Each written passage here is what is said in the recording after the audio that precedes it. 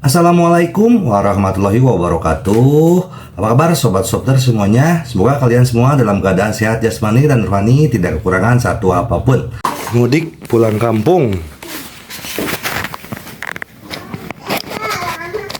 Bab 2291 sampai bab 2295, pertarungan yang menarik perhatian dunia.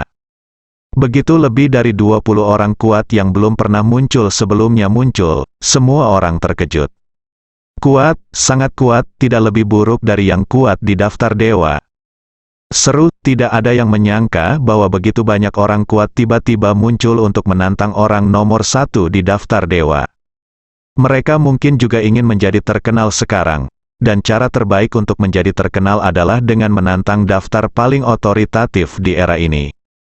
Tantang langsung orang pertama di daftar dewa, namun yang menarik sebenarnya adalah 3 orang yang masuk 10 besar dalam daftar dewa. Nenek moyang darah ke-9 dalam daftar dewa. Pedang hantu Dongdao peringkat ke-7 dalam daftar dewa. Josa, penguasa kegelapan yang menempati peringkat ke-5 dalam daftar dewa. Raja barbar industri maya peringkat ke-4. Bagaimanapun, mereka sudah terkenal sejak lama. Dan itu ada di daftar teratas. Apakah yang lain kuat atau tidak? Saya tidak tahu mereka. Jadi fokusnya ada pada mereka. Lokasi pertempuran dipilih di suatu tempat di Eropa Barat. Sejumlah besar orang menyaksikan pertempuran tersebut, dan hampir seluruh mata dunia terfokus padanya. Dengan penuh harap, Dewa Kegelapan muncul. Ayo pergi bersama, aku tidak punya banyak kesabaran. Kata Ye Junlin dingin, melihat ke sekeliling. Tidak ada seorang pun yang sebanding dengan Dewa Kegelapan yang sudah mati. Tidak ada orang yang bisa melawan. Ye Junlin langsung kehilangan minat. Mari bekerja sama dan selesaikan semuanya. Sombong, aku akan menantangmu. Leluhur darah yang berada di urutan ke-9 dalam daftar dewa tidak dapat menahannya lebih lama lagi dan segera bergegas maju. Aura dan kekuatan yang menakutkan mengejutkan seluruh tempat. Keluar, Ye Junlin meninju, bang. Leluhur darah langsung terlempar, tubuhnya terkoyak, meledak. Dan menghilang di depan mata semua orang, hiss. Terdengar helaan napas dari mana-mana, seberapa kuatkah leluhur darah? Semua orang telah melihatnya dalam beberapa tahun terakhir. Leluhur darah yang telah terbangun sepenuhnya hanyalah sebuah eksistensi yang tidak dapat dikalahkan. Dengan kata lain, ia tidak dapat dibunuh. Alasan kenapa dia berada di peringkat ke-9 dalam daftar dewa adalah karena dia tidak bisa dibunuh sama sekali dan tidak ada orang lain yang bisa melakukan apapun padanya. Tubuh leluhur darah sangat keras, bahkan artefak pun tidak dapat menembusnya, apalagi yang lainnya. Tapi hari ini, dia dipukul sampai mati oleh Ye Junlin. Tubuhnya langsung meledak. Terkejut, seluruh dunia terkejut. Tidak ada yang menyangka hal seperti itu akan terjadi. Dewa Kegelapan begitu kuat, 3 orang kuat lainnya dalam daftar dewa dan orang kuat tak dikenal lainnya yang akan menantang semuanya gemetar di dalam hati mereka. Aku akan melakukannya. Dongdao Ghostblade, nomor 7 di daftar dewa, mengambil tindakan. Dia terkenal dengan keterampilan hantunya, tapi tidak peduli berapa banyak keterampilan aneh yang Anda miliki. Ye Junlin bisa saja memukulnya. Boom, pedang hantu itu membuat berbagai trik, tapi dihempaskan oleh Ye Junlin dengan sebuah pukulan. Tuan Kegelapan Josa, yang menduduki peringkat ke-5 dalam daftar dewa, juga memainkan trik untuk waktu yang lama, dan dipukul oleh Ye Junlin. Semua orang berpikir bahwa meskipun dia kalah dari Raja Barbar Industri Maya, yang menduduki peringkat ke-4 dalam daftar dewa, dia masih bisa bertahan untuk sementara waktu di bawah Ye Junlin. Tapi ini masih soal pukulan, tampaknya di depan Ye Junlin, semua orang setara. Rata-rata orang yang tidak mengetahui teknik ini sama dengan ahli teratas dalam daftar dewa. Karena mereka semua terbunuh dengan satu pukulan. Ye Junlin menghabiskan jumlah energi yang sama. Kalian semua berkumpul, aku tidak sabar. Ye Junlin mengangkat jarinya. Dan lebih dari 20 orang kuat tak dikenal yang tersisa serta 9 orang kuat di daftar dewa semuanya bergegas maju. Bang, bang, Ye Junlin meninju masing-masing. Puluhan detik berlalu, dan tidak ada seorang pun yang berdiri. Semuanya tersingkir. Namun, Ye Junlin hanya membunuh leluhur darah. Tidak ada alasan lain, leluhur berdarah ini melarikan diri darinya 3 tahun lalu. Dia juga membalas dendam, sisanya akan ditaklukkan dengan 1 pukulan. Mengejutkan, seluruh dunia terkejut, saya pikir pertempuran ini akan sengit. Saya tidak menyangka ini akan begitu singkat, totalnya memakan waktu lebih dari 1 menit, dan ke-30 atau 40 orang kuat itu jatuh. Membosankan, membosankan. Pertarungan ini sangat membosankan. Ini sama sekali tidak ada artinya, saya bahkan tidak melihat serangan balik yang paling sederhana. Di hadapan Dewa Kegelapan, semua orang sama, lagi pula, tidak ada yang bisa menerima pukulan. Tidak peduli Anda berada di urutan keempat dalam daftar dewa atau 27 di daftar dewa. Semua sama, hei, bahkan tidak ada orang yang bisa mengalahkanku, jangan tantang aku lain kali dengan sampah semacam ini. Ye Junlin meninggalkan beberapa patah kata dan pergi. Jelas sekali dia kecewa, itu benar, Ye Junlin sangat kecewa. Kupikir akan ada seseorang yang bisa bertarung sedikit. Bukankah banyak yang dibanggakan di era ini? Semua yang berkuasa akan masuk surga. Bukankah kamu tipe orang yang bisa dibunuh dengan 1 pukulan? Kini tantangan ini benar-benar hanya membuang-buang waktunya. Tapi seluruh dunia gila, kesenjangannya. Untuk pertama kalinya, dunia mengetahui bahwa ada kesenjangan yang begitu besar antara orang nomor 1 di daftar dewa. Bahkan bisa dikatakan orang nomor 1 di daftar dewa sama sekali tidak berada di dunia yang sama dengan yang lain. Mungkin yang kedua dan ketiga dalam daftar dewa bisa sedikit lebih dekat, tapi itu tidak berarti apa-apa besar. Dewa Kegelapan pertama terlalu kuat, dia benar-benar berbeda dari yang lain. Perasaan menjadi superior, untuk pertama kalinya, dunia dan orang-orang berkuasa di daftar dewa merasa tidak berarti. Ternyata hanya peringkatnya yang memberikan ilusi kepada semua orang bahwa tidak banyak perbedaan antara dia dan Dewa Kegelapan. Misalnya, peringkat keempat dan pertama dalam daftar dewa terlalu dekat. Namun kenyataannya sangat berbeda, tidak ada perbandingan sama sekali. Belum pernah ada orang yang begitu teguh pada keakuratan daftar dewa. Ternyata Dewa Kegelapan memang menduduki peringkat pertama. Tidak ada yang salah. Daftar dewa yang dipilih oleh institusi besar adalah yang paling otoritatif.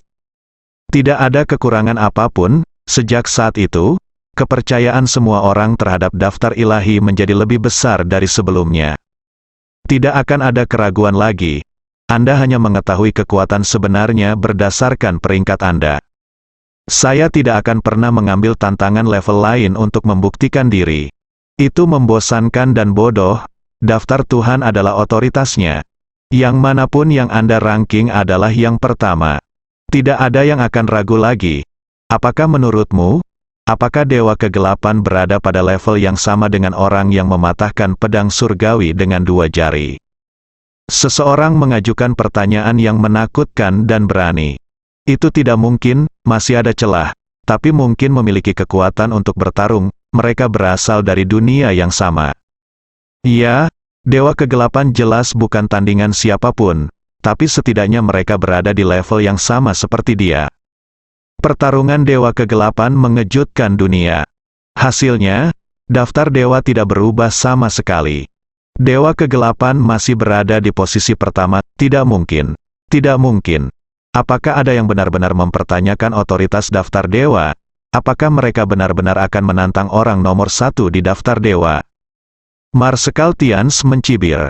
Daftar dewa diberi peringkat berdasarkan institusi besar, termasuk Tians Mansion. Bagaimanapun, organisasi semacam ini dapat mengumpulkan informasi dari seluruh dunia dan pada dasarnya mencakup setiap orang yang berkuasa. Marsekal Tians secara alami sangat percaya pada daftar ilahi. Tapi Marsal Muda ingin mengatakan sesuatu. Kekuatan tempur Dewa Kegelapan melampaui prediksi 10 organisasi teratas kita. Dan itu jauh lebih kuat. Pada saat ini, bawahannya mengatakan sesuatu yang tidak biasa. Marsekal Tians mengerutkan kening dan mengangguk. Itu benar, evaluasi sebelumnya terhadap kekuatan tempur Dewa Kegelapan tidak sekuat itu. Dia tampaknya sedikit tidak normal kali ini, terlalu kuat. Saya dengar, beberapa hari yang lalu, ada kejutan besar di Asia Barat. Tampaknya Dewa Kegelapan telah membuat terobosan. Kali ini adalah percobaan pertamanya. Iya. Dan kecuali laboratorium para dewa, tidak ada yang mengizinkan Dewa Kegelapan mengerahkan kekuatan penuhnya sebelumnya. Wajar jika kekuatan tempurnya tidak jelas.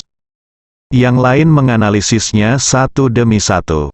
Marsekal Tians mengangguk. Ya, memang benar. Di sisi lain, klan Ye di Beijing. Xiao Zhu, apakah ini terlalu kuat? Aku ingin tahu bagaimana caramu melawan Dewa Kegelapan. Ye Lingtian ingin tahu. Ye Wudao menggelengkan kepalanya tak berdaya. Tidak, aku jelas bukan tandingan Dewa Kegelapan. Saya awalnya berpikir saya bisa menantang Dewa Kegelapan. Tapi sekarang saya memikirkannya. Sebaiknya saya lupakan saja. Saya berada di urutan ke-8 dalam Dewa Daftar. Saya bukan tandingannya sama sekali. Daftar ini berwibawa. Hari ini saya dianggap sebagai pemenang. Saya telah melihat otoritas daftar ini. Awalnya saya mengira Marsekal Tians berada di peringkat ke-6. Dan dia seharusnya setara dengan aku. Kekuatan tempur sebenarnya orang ini seharusnya lebih kuat dari milikku. Tapi singkatnya, Dewa Kegelapan sama sekali tidak. Kamu tidak berasal dari dunia yang sama dengan kami. Ye Kuanglan dan yang lainnya tersentak. Apakah Dewa Kegelapan begitu menakutkan? Dia tidak berada pada level yang sama dengan orang kuat lainnya di daftar dewa. Wajah Ye Lingtian menjadi pucat. Hal gila dan absurd apa yang belum kamu lihat sekarang? Apakah kamu lupa akan keberadaan pedang dua jari yang menghancurkan langit? Setahuku, pedang bumi yang sama terkenalnya dengan pedang langit, ada di tangan Dewa Kegelapan dan digunakan sebagai kartu truf. Apakah sekilas terlihat jelas siapa yang kuat dan siapa yang lemah? Setelah Ye Wudao mengingatkan mereka, ekspresi semua orang berubah liar. Sungguh, dibandingkan dengan orang lain, Dewa Kegelapan bukanlah apa-apa. Saya harus bekerja lebih keras. Saya berharap untuk melawan Dewa Kegelapan sesegera mungkin. Tapi saya ingin memberitahu Anda sebuah fakta. Faktanya, di antara klan Ye kuno, Dewa Kegelapan bukanlah yang teratas. Tunggu klan Ye kuno, kamu akan mengetahuinya ketika itu benar-benar lahir. Kata Ye Wudao, sangat kuat, Tuhan telah memberkati klan Yeku. Ye Lingtian dan yang lainnya penuh dengan harapan. Iya, tentu saja. Ye Wudao tersenyum. Ngomong-ngomong, Xiao Zhu, kapan kita akan menemukan Ye Junlin? Bukankah kamu membiarkan klan Ye mengeluarkan perintah pembunuhan? Sudah waktunya untuk menemukannya, kata Ye Lingtian. Sekarang dia ingin menunjukkan gelombang kekuatan pada Ye Junlin. Setelah daftar dewa baru diperbarui, dia menduduki peringkat ke-78. Peringkat 1000 dewa, peringkat ini sangat kuat, itu benar. Tidak baik bagi Ye Junlin untuk hidup terlalu bebas. Tapi dia terkena senjata Maya Industries, dan langkah selanjutnya adalah penyiksaan. Kita bahkan tidak perlu melakukannya, Ye Wudao mencibir. Itu benar, membunuhnya secara langsung akan memberinya keuntungan. Tapi anaknya bisa dibawa kembali ke klan Ye untuk dilatih. Seperti yang dikatakan Xiao Zhu, atas nama klan Ye kuno, Tians Mansion dan Baolong seluruh klan tidak bisa menghentikannya. Usul Ye Lingtian, ya, ini benar, kirimkan kekuatan klan daun segera untuk menemukan di mana anak ini berada. Darah klan daunku harus diambil kembali. Pertempuran mengejutkan Dewa Kegelapan menyebabkan sensasi besar di seluruh penjuru dunia. Setelah Ye Junlin menyelesaikan semua ini, dia kembali ke Daxia. Li Ziran segera maju ke depan. Pernahkah kamu melihat beritanya? Guru menyapu segalanya dengan kekuatan tempur terbaik. Bahkan yang keempat dan kelima dalam daftar dewa tidak dapat menahan pukulan guru. Li Ziran dengan penuh semangat memamerkan pencapaian guru kepada Ye Junlin. Ye Junlin mengangguk dengan sedikit minat. Iya, saya tahu. Dia melakukan segalanya. Bisakah kamu tidak tahu? Aku akan pulih secepat mungkin, berusaha untuk masuk daftar dewa, dan mengikuti jejak tuanku. Kamu juga harus berkumpul. Li Ziran sekarang jauh lebih normal daripada di awal. Tapi obsesinya terhadap Dewa Kegelapan masih dalam. Ye Junlin perlu meluangkan waktu. Jika kamu mengakui semuanya sekarang, dia tidak akan percaya sama sekali. Dengar, aku hampir setengah pulih sekarang. Tidak akan lama lagi aku bisa pulih sepenuhnya. Li Ziran juga orang yang sangat mandiri. Dia mencari berbagai cara untuk pulih. Sekarang dia telah mencapai hasil awal. Hei, apa yang harus kamu lakukan? Tetap menjaga apa yang kamu miliki 3 tahun lalu. Tapi keterampilan dan teknik khusus Xiao Feng dan yang lainnya telah terbagi naik. Mungkin sulit untuk kembali sekarang. Bagaimana kalau ini? Ayo berkompetisi. Dalam 3 bulan, aku akan melampauimu dalam daftar dewa semu atau daftar dewa. Li Ziran memandang Ye Junlin dengan penuh harap dan bersemangat. Ye Junlin sama sekali tidak menganggapnya serius. Oke. Mari kita mulai dari sekarang. Mari kita lihat siapa yang mencapai puncak dalam 3 bulan. Saya belum pulih. Anda berusia 8.600 di Dewa Semu daftar 75. Mari kita lihat siapa yang telah membuat kemajuan lebih besar dan siapa yang bisa mencapai lebih tinggi saat itu. Mendengar Ye Junlin setuju, Li Ziran langsung penuh motivasi. Dia terutama ingin menggunakan 3 bulan untuk memberikan pukulan pada Ye Junlin. Biarkan dia memahami kenyataan kejam. Biarlah dia tahu bahwa tidak mungkin maju dan beradaptasi dengan zaman ini hanya dengan mengandalkan teknik dasar tersebut. Dalam 3 bulan, dia akan pulih sepenuhnya dan menjadi lebih kuat dari sebelumnya.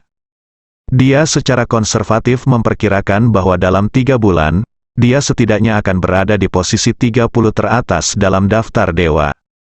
Pada saat itu, dia memperkirakan Ye Junlin masih berada di peringkat lebih dari 8.000 dalam daftar Dewa Semu. Bahkan bisa dikatakan bahwa Ye Junlin harus mundur ke lebih dari 9.000. Lagi pula, di era di mana semua orang sedang membuat kemajuan gila-gilaan, jika kemajuannya lambat akan tersingkir. Jika Ye Junlin terus melatih keterampilan dasar, pada dasarnya dia akan terhenti dalam 3 bulan. Ini adalah langkah mundur yang besar. Tidak mungkin dia terus berada di peringkat di atas 8.000. Setelah 3 bulan, dia kemungkinan besar akan keluar dari daftar Dewa Semu. Tapi Li Ziran akan menggunakan fakta kejam ini untuk membuat Ye Junlin bangun. Dan membiarkan dia merendahkan wajah dan harga dirinya. Terimalah era ini secara perlahan, beradaptasi dengan segala hal, dan kemudian cari metode yang ampuh. Li Ziran tidak punya pilihan selain menggunakan metode ini. Dia mengenal Ye Junlin dengan cukup baik dan tahu bahwa dia memiliki sifat yang sangat keras kepala. Ini adalah satu-satunya cara untuk membangunkannya. Ketika Li Ziran memberitahu Xiao Feng Qilin dan yang lainnya tentang berita itu, semua orang juga setuju, dan mengacungkan jempol pada Li Ziran. Semua orang bilang metodenya bagus, gunakan data paling praktis untuk membangunkan Ye Junlin. Ye Junlin sama sekali tidak menganggap ini serius. Belum lagi dia berada di atas daftar dewa. Tapi rompinya, Dewa Kegelapan adalah nomor 1 di daftar dewa. Apakah ada yang sebanding? Tapi Ye Junlin tidak menolak, selama Li Ziran senang. Di waktu berikutnya, dia masih menggunakan seluruh kekuatannya untuk mencari keberadaan laboratorium dewa. Di sisi lain, saya juga berlatih latihan paling dasar. Belajar tanpa batas. Rahasia dari skill ini adalah bisa menjadi lebih kuat. Ye Junlin tidak tahu di mana titik akhirnya. Awalnya dia mengira itu untuk meletakkan fondasi. Tapi kita bisa melanjutkannya sekarang, selama periode waktu ini, hanya ada sedikit, atau tidak ada sama sekali, orang yang melakukan balas dendam pribadi.